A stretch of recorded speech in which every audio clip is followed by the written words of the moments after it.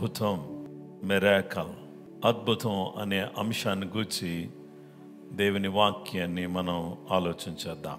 అద్భుతం అనేది ఇన్స్టెంట్గా అప్పటికప్పుడే జరిగే గొప్ప కార్యం. స్వస్థత అనేది నిదానంగా జరిగేటటువంటి కార్యం. అయితే జీవము గల దేవుడు అద్భుతాలు చేసే దేవుడు. మనం నమ్మిన దేవుడు అద్భుతాలు చేసే దేవుడు.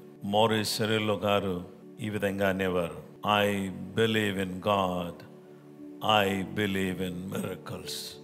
I believe in God, I believe in miracles. నేను దేవుడిని నమ్ముతున్నాను, అద్భుతాలను నమ్ముతున్నాను. నేను నమ్మే దేవుడు అద్భుతాలు చేసే దేవుడు. అసాధారణమైన కార్యములను సునాయాసంగా జరిగించగలిగిన దేవుడే మనం నమ్మిన దేవుడు.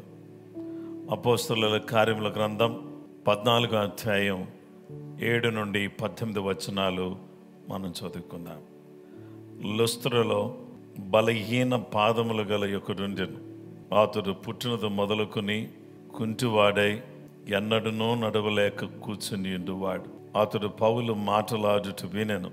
పౌలు అతని వైపు తేరి చూచి స్వస్థత పొందుటకు అతనికి విశ్వాసం ఉండెనని గ్రహించి, నీ పాదములు మోపి సరిగా నిలవమని బిగ్గరగా చెప్పినప్పుడు అతడు గంతులు వేసి నడువసాగాను.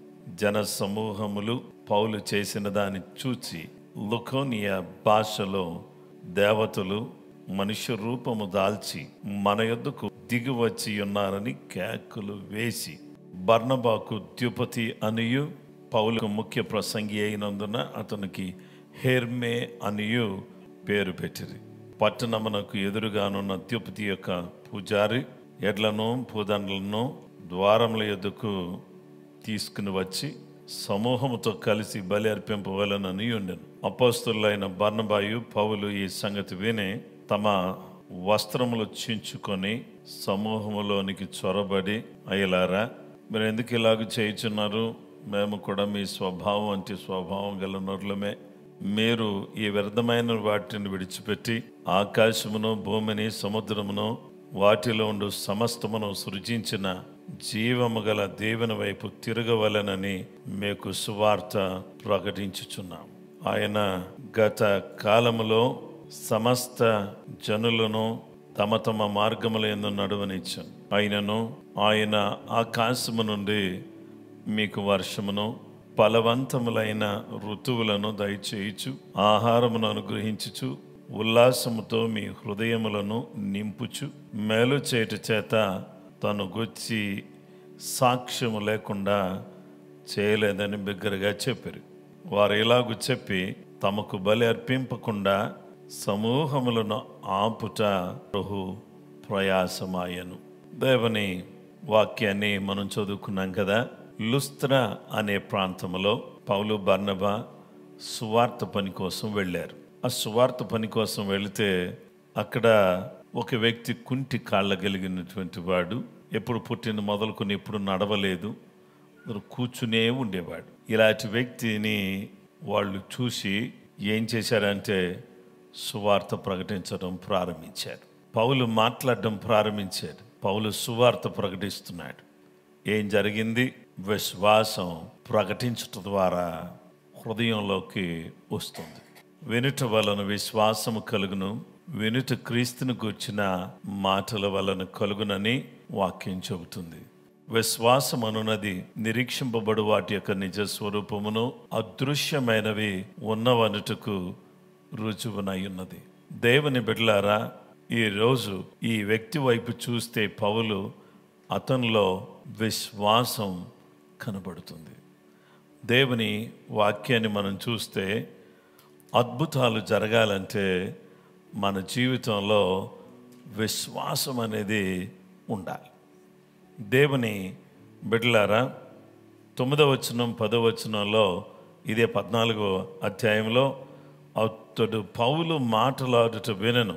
పౌలు అతని వైపు తేరి చూచి స్వస్థత పొందుటకు అతనికి విశ్వాసమునని గ్రహించి, నీ పాదములు మోపి సరిగ్గా నిలువమని బిగ్గరగా చెప్పినప్పుడు అతడు గంతులు వేసి నడవసాగెను. He was listening to Paul as he talked, and Paul gazing intently at him and observing that he had faith to be healed. దేవుని బిడ్డలారా, he had a faith to be healed. అద్భుతమైన కార్యం పొందటానికి అతనికి విశ్వాసం ఉండనని పౌలు అతను చూస్తున్నప్పుడు ఇతను గ్రహించాడు. పౌలు గ్రహించాడు. He has a faith. ఎందుకంటే పౌలు గారు మాట్లాడుతున్నప్పుడు అతని హృదయంలో విశ్వాసం పుట్టుకొచ్చింది. పుట్టినప్పటి నుంచి ఈ స్థితిలో ఉన్నా, కానీ దేవుడికి అసాధ్యమైంది ఏది లేదు. నేను పుట్టినప్పటి నుంచి ఇలాంటి స్థితిలో ఉన్నా నా దేవుడు నన్ను బాగు చేయటానికి ఆయన వెనుకంజి వేసే దేవుడు కాదు అని ఆ జీవం గల దేవుని మీద అచంచలమైన, దృఢమైన, పటిష్టమైన విశ్వాసాన్ని కనుబరిచిన వాడుగా మనకి ఈ వ్యక్తి కనబడుతున్నాడు.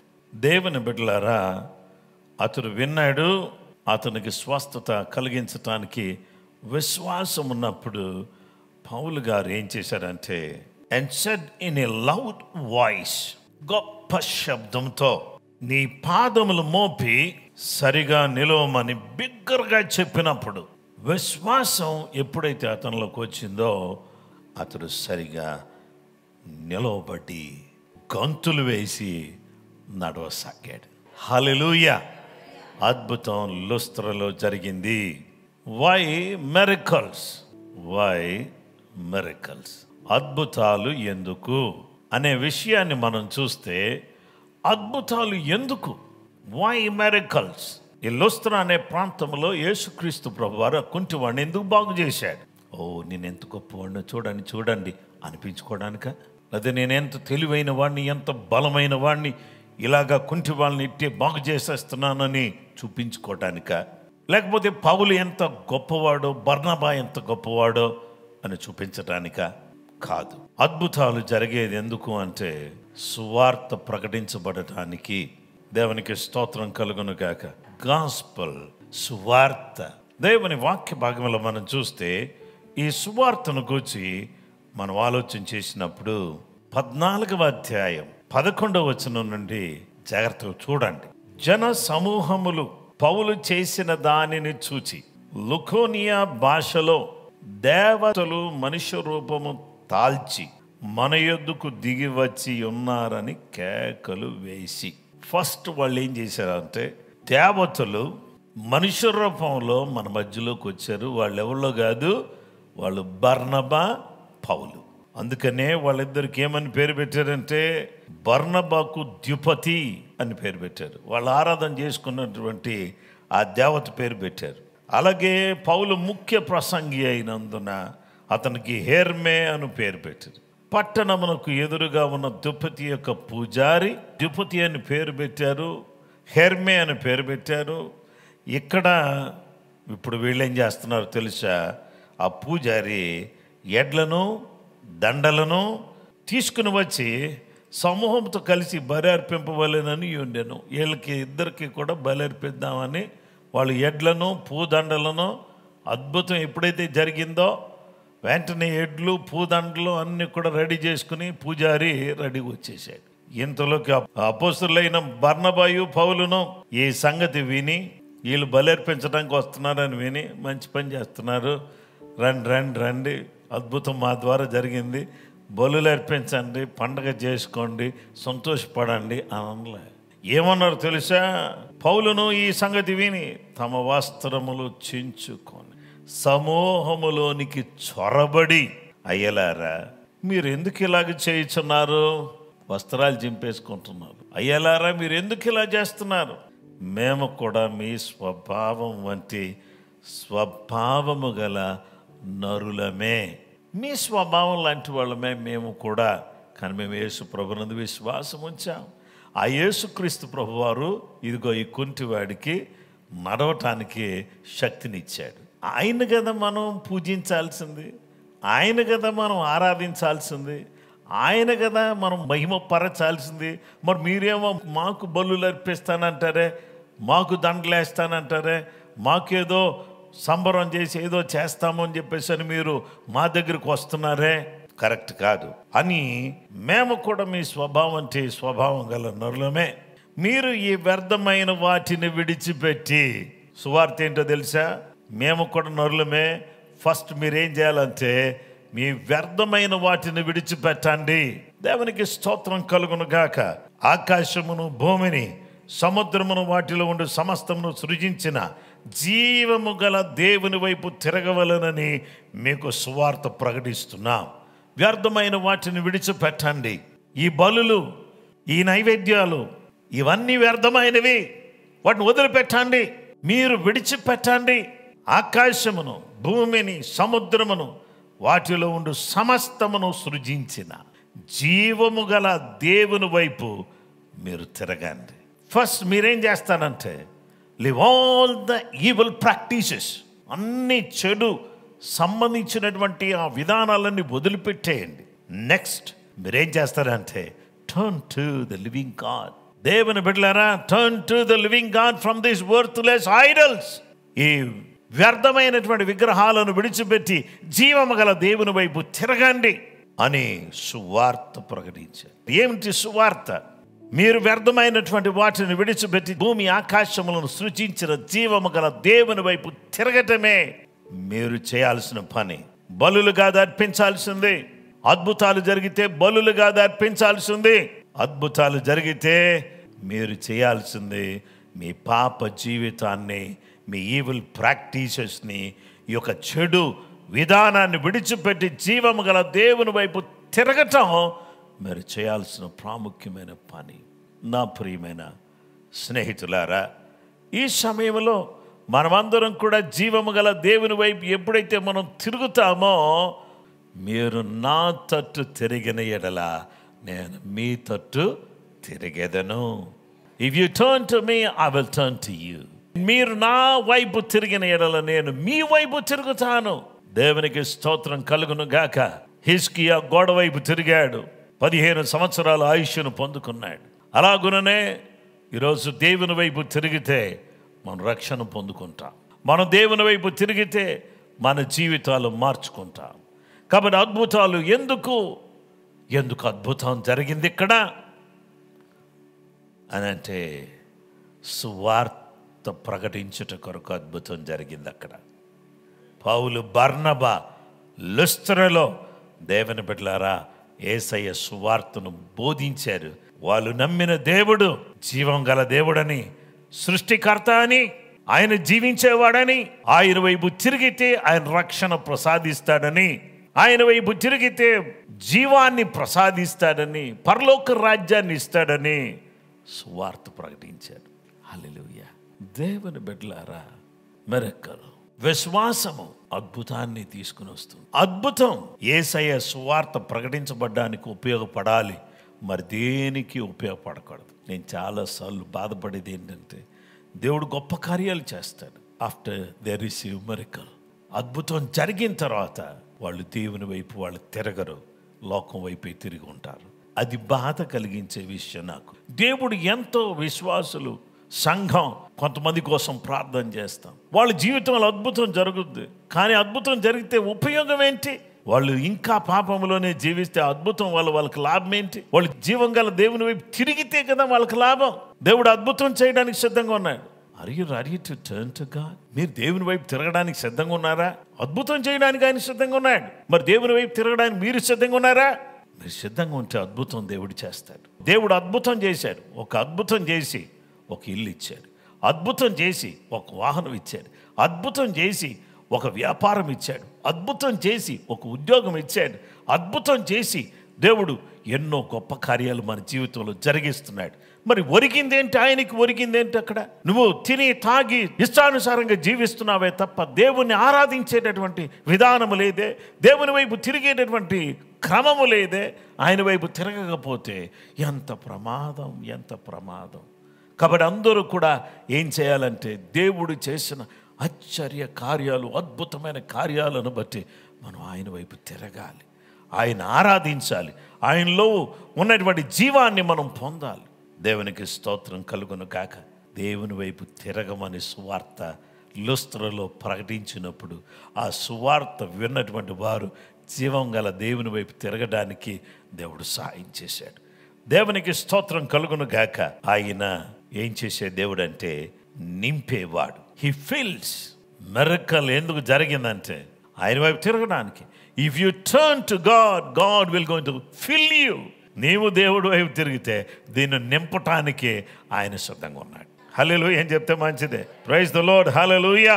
అపోస్తలుల కార్యాలు 14:17 ఆయన ఆకాశము నుండి మీకు వర్షమును ఫలవంతములైన ఋతువులను దయచేయచ్చు, ఆహారమును అనుగ్రహించుచు, ఉల్లాసముతో మీ హృదయములను నింపుచు, మేలు చేయడం చేత తను గుచ్చిన సాక్ష్యము లేకుండా చేయలేదని బిగ్గరగా చెప్పారు.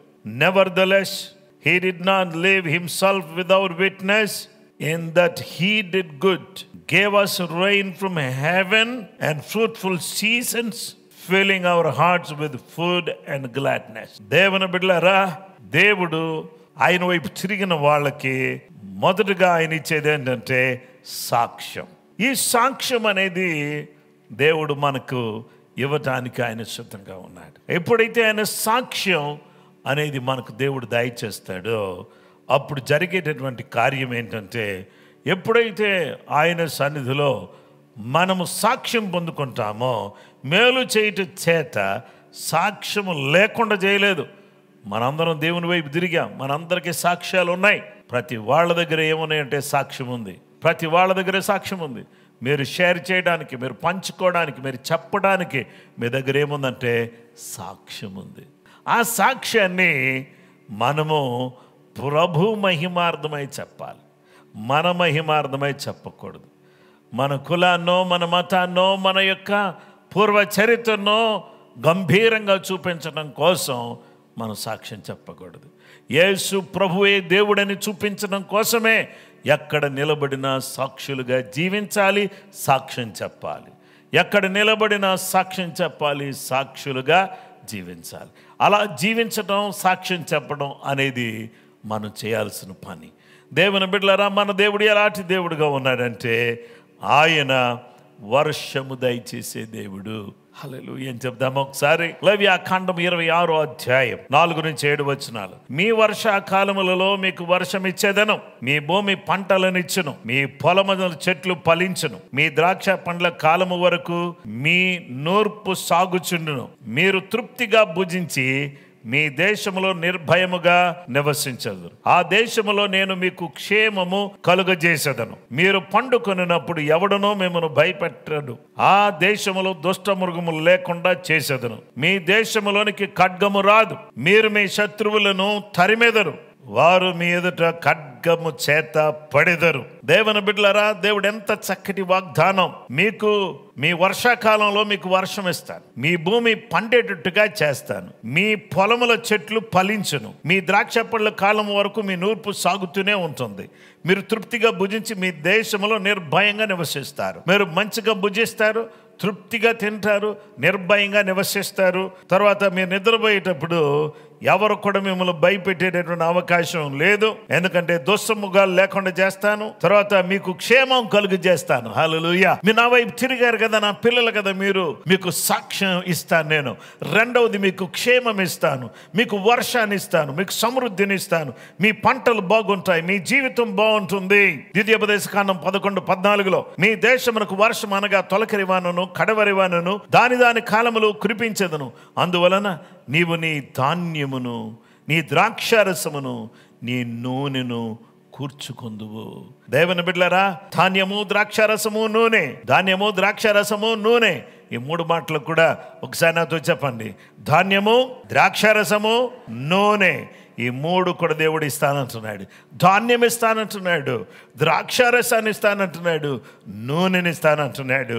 ధాన్యము, ద్రాక్షారసము, అలాగే నూనె, ఇవన్నీ కూడా దేవుడు ఇచ్చిన తర్వాత, ఈ విధమైనటువంటి సమృద్ధిని దేవుడు ప్రసాదించిన తర్వాత, దేవుని బిడ్డలారా, దేవుడు మంచి దేవుడుగా ఉన్నాడు, గొప్ప దేవుడుగా ఉన్నాడు. ధాన్యమును ద్రాక్షారసమును నూనెను ఇచ్చే దేవా చెడ్డవారి మీద నీతిమంతుల మీద అందరి మీద కూడా వర్షాన్ని సమంగా కురిపించే దేవుడు. సూర్యరశ్మి సమంగా ఉంది, అలాగే వర్షాలు సమంగా కురుస్తున్నాయి. ఇప్పుడు దొంగ కదా అని వాళ్ళ ఇంటి మీద వర్షం పడకుండా ఉండదు, వాళ్ళ ఇంటి మీద కూడా వర్షం పడుద్ది. అలాగే ఈ వ్యక్తి ప్రార్థన చేస్తున్నాడు కదా అంటే ఆ వ్యక్తి ఇంటి మీద వర్షం పడుద్ది, ప్రార్థన చేయనోడు ఇంటి మీద కూడా పడుద్ది. ఎందుకంటే దేవుడు మంచోడు, ఆయన ఎవరికి పక్షపాతి కాడు, అందరినీ క్షేమంగా చూసే దేవుడు. ఒకడు నమ్మాడు కదా అని నమ్మినోడు ఒకలాగా, నమ్మనోడు ఒకలాగా చూసే దేవుడు కాదు, అందరినీ చూస్తున్నాడు. ఎందుకో తెలుసా? అందరూ ఆయన వైపు తిరగాలని, అందరినీ క్షేమంగా చూస్తున్నారు. కొన్నిసార్లు చూస్తే ఈ ప్రార్థన చేసే వాళ్ళకంటే చెయ్యని వాళ్ళకే ఎక్కువ మేళ్ళు జరుగుతూ ఉంటాయి. ఎందుకో తెలుసా? వాళ్ళు తొందరగా దేవుని తెలుసుకోవాలని. కానీ ఇంకా మేళ్ళు వాళ్ళని లోకంలోకి, పాపములోకి, తాగుళ్ళలోకి, వ్యభిచారములోకి, రకరకాలైనటువంటి వ్యసనాల్లోకి లాక్కుపోతే దేవునికి అది ఏమాత్రం ఇష్టం లేదు.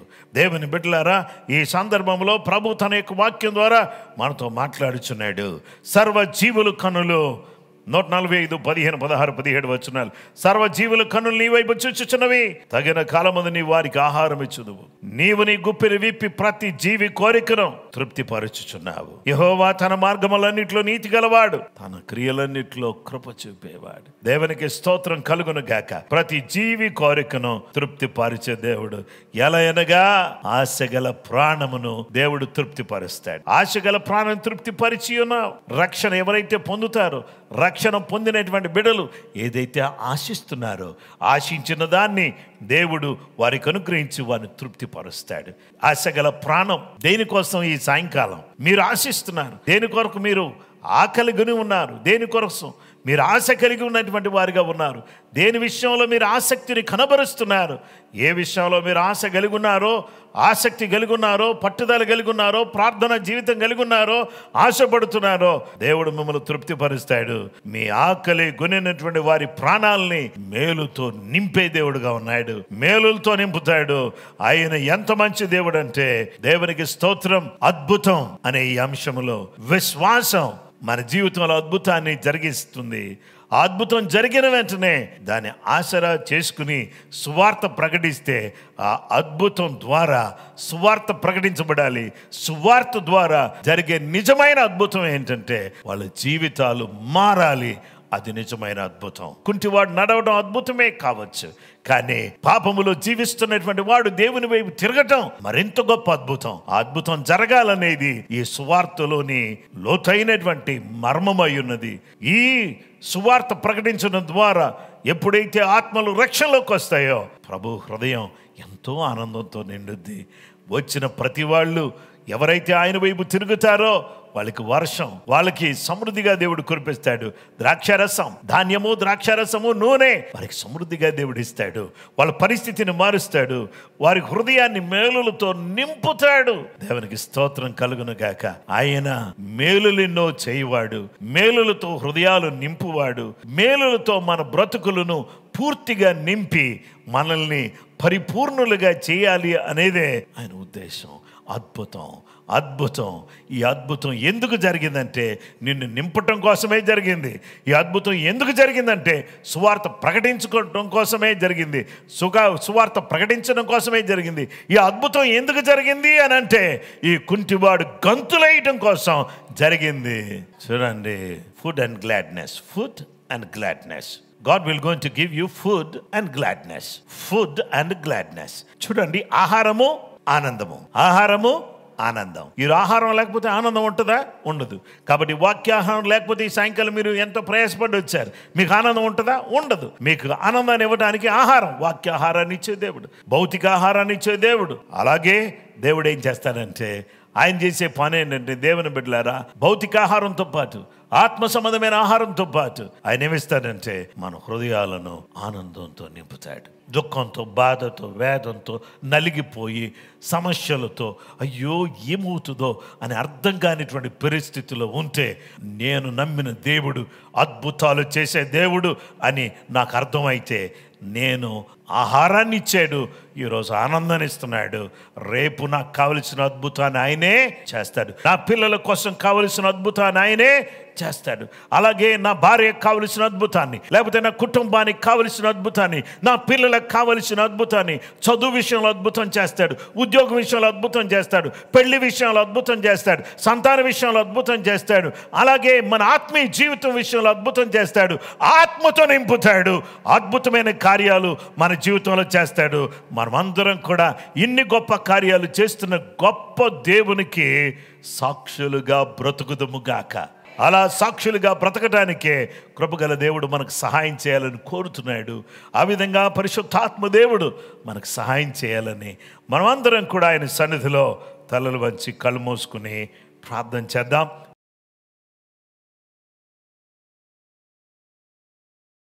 యేసు ప్రభువా, నీ సువార్త విరివిగా వ్యాపించును గాక, అనేక మంది ఆత్మీయంగా సిద్ధపరచబడుదురు గాక, నీ ప్రేమను పంచేవారిగా మేము ఉందుము గాక.